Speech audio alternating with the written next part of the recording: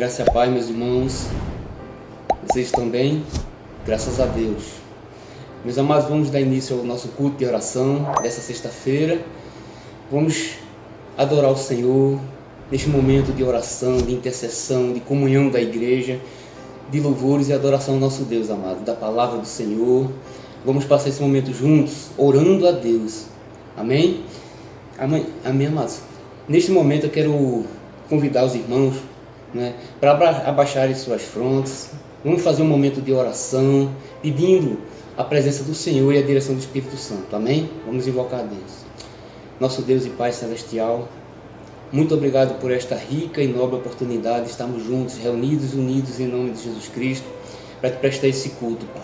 Estaremos esta noite fazendo orações, adorando ao Senhor, Pai, intercedendo, Senhor, por muitas causas e motivos e refletindo também na Tua palavra, Pai.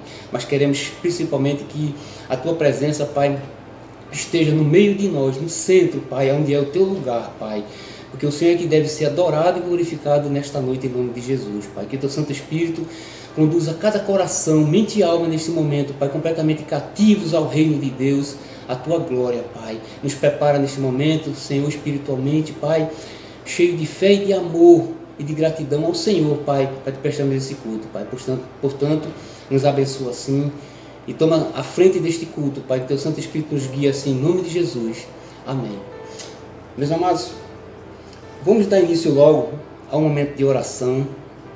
Vamos fazer um momento de orações agora, só que nós não vamos orar, neste momento. Eu quero convidar todos os irmãos da igreja para nós estarmos juntos, orando posteriormente, amados, por alguns motivos que eu vou apresentar para vocês.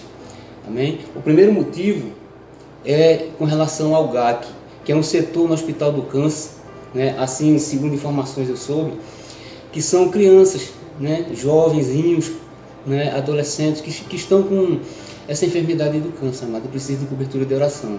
O primeiro pedido de oração para que vocês estejam orando em casa amados, em favor dessas crianças do GAC. O segundo pedido é com relação ao mundo, que está acontecendo no mundo com relação a essa pandemia, para que Deus venha abreviar logo essas dores e livrar aqueles que ainda não pegaram, para que não pegue essa doença, e também os que estão enfermos e doentes, para que não venha perder suas vidas.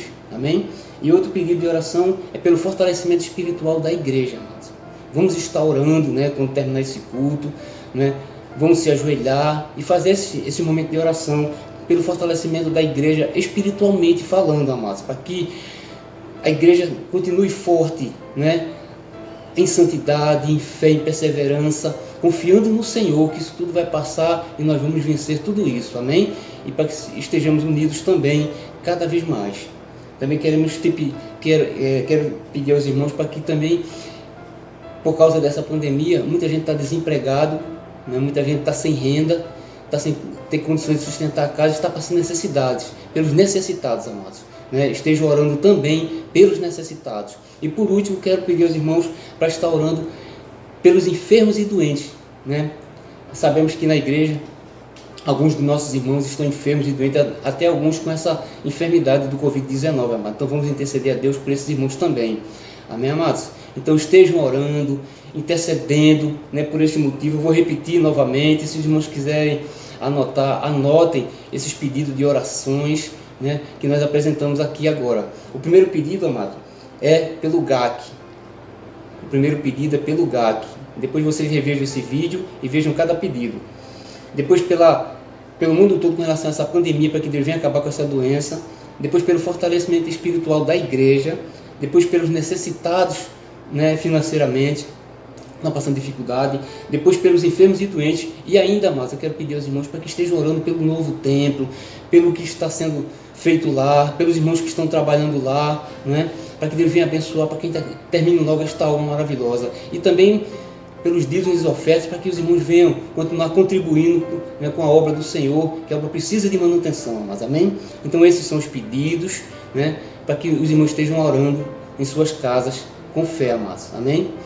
Amados, vamos passar agora para o momento da reflexão. É uma breve reflexão, mas é muito bom, ouvir a palavra de Deus, e ver o que Deus quer falar com a gente de acordo com a sua vontade para a sua igreja. Amém, amados? Eu quero convidar os irmãos para abrir a palavra de Deus no Evangelho de João, capítulo 4, o versículo 31 ao 34. O Evangelho de João, capítulo 4, versículo 31 e 34. O tema da nossa reflexão hoje, amados, é o que Jesus faria em nosso lugar, em cada situação. O que Jesus faria em nosso lugar? Esse é o tema que nós vamos, nessa breve reflexão, vamos refletir. O que Jesus faria em nosso lugar, né? E veja o que aconteceu com ele com relação ao Pai, né? Como é que ele se comportava. Amém? Evangelho de João, capítulo 4, versículo 31 ao 34. Vamos ler. Diz assim a palavra de Deus. Nesse interim, os discípulos lhe rogavam, dizendo: Mestre, come. Mas ele lhes disse: Uma comida tenho para comer, que vós não conheceis. Diziam então os discípulos uns aos outros: Ter-lhe-ia porventura alguém trazido o que comer? Disse-lhe Jesus: A minha comida consiste em fazer a vontade daquele que me enviou e realizar a sua obra, né? Então veja que esse tema também se aplicava para Jesus com relação ao Pai. Jesus veio para fazer a vontade do Pai. O contexto aqui, né, é que ele estava fazendo a missão, né, e faltou alimento. Os discípulos foram providenciar alimento, e quando chegou, Jesus não tinha se alimentado ainda, né? Então eles ficaram preocupados com Jesus, né, e disse: Mestre, não comeste ainda? Né? Ele disse: Uma comida eu tenho para comer, que é fazer a vontade do meu Pai. Então Jesus se preocupava, né, com que Deus, em várias situações na vida de Jesus, o que Deus queria que ele fizesse naquele momento, né? Então Jesus vivia em plena submissão ao Pai, pensando assim, vamos conjecturar, né? O que o meu Pai quer que eu faça neste momento? Como o meu Pai quer que eu me comporte neste momento? Então ele sempre estava preocupado com a vontade do Pai em todas as situações da sua vida, amados. Então o próprio Jesus Cristo dá um grande exemplo, não é, do que em várias situações nós devemos fazer e como nós devemos nos comportar de acordo com a vontade do Pai, né? Então nós não somos diferentes, amados. Muitas vezes nós agimos de acordo com a nossa vontade, de acordo com a nossa natureza, com nossos impulsos, e depois sofremos as consequências, porque quando nós agimos e quando não pensamos o que Deus quer que eu faça neste momento, como é que Deus quer que eu me comporte neste momento, né? Pensar primeiramente como Deus quer que a gente faça aquilo. Muitas vezes a gente se deixa levar pelo impulso, né, por nossa vontade, nosso desejo, não pensa o que Deus quer que eu faça neste momento. O que Jesus faria no meu lugar neste momento, amados? Eu separei aqui, amados, uns 6 pontos, né, para a gente refletir rapidamente, né, o que Jesus faria no nosso lugar. Primeiramente, amados, o que Jesus faria, o primeiro ponto, né? A primeira coisa, o que Jesus faria ao acordar? A gente vê que tem uma passagem em Marcos 1,35, que Jesus se levantava alta madrugada, saía e ali orava. A primeira coisa que Jesus fazia quando se acordava era buscar a presença de Deus, amados. E o que é que Jesus quer que a gente faça quando logo de manhã nós nos acordamos? Ele quer que a gente o busque em oração. Essa é a primeira observação, o primeiro exemplo que Jesus dava. Quando ele se levantava, ele buscava ao Pai em oração. Que a gente faça isso também, amados. A segunda coisa que a gente observa, o que Jesus faria numa discussão. Em 1 Coríntios, capítulo 6, versículo 7, Jesus disse que não é melhor, o apóstolo Paulo, né, escrevendo aos Coríntios, diz assim: não seria melhor numa discussão, você sofrer a injustiça e sofrer o dano, está lá em 1 Coríntios capítulo 6, versículo 7. É melhor sofrer o dano e sofrer a injustiça, amados, do que ganhar, né, aqui a discussão e perder com Deus, não é verdade? E até escandalizar o Evangelho. Então é melhor a gente perder para ganhar. Esse é o segundo exemplo que a gente vê, amados, né? Que o apóstolo Paulo dá esse exemplo. Outra coisa, amados, é o que Jesus faria quando estava desocupado. Lá em João, Evangelho de João 5,17, Jesus disse que o meu Pai trabalha. Até agora Jesus fez um milagre no sábado, os fariseus religiosos daquele tempo não concordaram, não é? E reclamaram com ele por causa daquilo ali. Não aceitaram porque ele fez uma obra no sábado, a qual pela lei era proibido. Mas Jesus disse, o meu Pai trabalha, até agora eu também trabalho. Está lá em Evangelho de João 5,17. Né? Então, no momento de folga da gente, no momento livre, né? Tudo bem que a gente tem que descansar, tem que estar no momento de descanso, né? Ali, repouso. Mas quando a gente estiver nesse momento, mano, o que nós devemos fazer? O que Jesus faria no nosso lugar? Ele se ocuparia em crescimento espiritual, em fazer o bem, em oração. Que a gente não fique somente desfrutando da nossa parte, né? Daquilo que a gente quer, de um momento livre, ociosamente. Que a gente faça também alguma coisa produtiva para Deus. Assim Jesus faria no nosso lugar.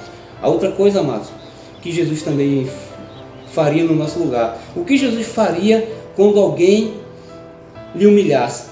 Né? Lá em 1 Pedro, capítulo 2, versículo 23, Jesus disse que quando era ultrajado, não revidava com o traje. Né? Quando ele era maltratado, ele não fazia ameaças. Está lá em 1 Pedro 2,23. Né? Jesus fazia isso. Né? Ele preferia ser humilhado, né? Mas não revidava. Numa discussão, numa humilhação, ele não revidava, amados. Então, o que nós devemos fazer é isso, amados. Né? É melhor ser humilhado, maltratado, não revidar, mas perdoar, né? E para não escandalizar, né? Sair da discussão. É melhor ser humilhado, sofrer o dano, do que escandalizar. Então, o que Jesus faria no nosso lugar? Né? Ele não revidava, ele perdoava e abençoava. E por último, amado, né? Ainda tem duas coisas. O que Jesus faria numa tentação? Né? Quando Jesus foi tentado lá no deserto, né? O diabo disse, transforma essas pedras em pão. Jesus disse, nem só de pão viverá o homem. Então, Jesus, pela palavra de Deus, numa tentação, ele fugia da tentação. Ele não se detinha à tentação. E o que Jesus faria no nosso lugar, no momento em que a gente está sendo tentado, amados? Ele fugia da tentação. Então a gente deve fugir também de toda a tentação e não ficar ali nutrindo aquela tentação. O que Jesus faria no nosso lugar? Fugia da tentação. Por último, na tribulação. Aquele contexto ali, amados, que nós conhecemos em Mateus 8:24, né? Aquela tempestade, né, que estava assolando aquele barco, né? Os discípulos estavam desesperados e Jesus estava dormindo. Numa tribulação, qual o comportamento que Jesus faria no nosso lugar? Ele confiaria em Deus, amados. Ele esperaria e descansava em Deus, né? Isso é que Jesus faria no nosso lugar. Amém, amados? Então, o que Jesus faria no seu lugar, com a tribulação, a provação, a adversidade que você está passando agora? O que Jesus faria no seu lugar agora? Medite sobre isso aí, amados. Amém? Fica essa reflexão para a gente, né? Para que tudo que a gente for fazer, todo comportamento, toda atitude, a gente pergunte o que Jesus faria no nosso lugar. Amém, amados? Quero agradecer a oportunidade e que Deus abençoe a todos os irmãos, né, com essa palavra, nesse momento de culto e oração. Vamos continuar orando e juntos venceremos. Amém, amados? Agradeço a oportunidade, que Deus abençoe a todos em nome de Jesus. Amém.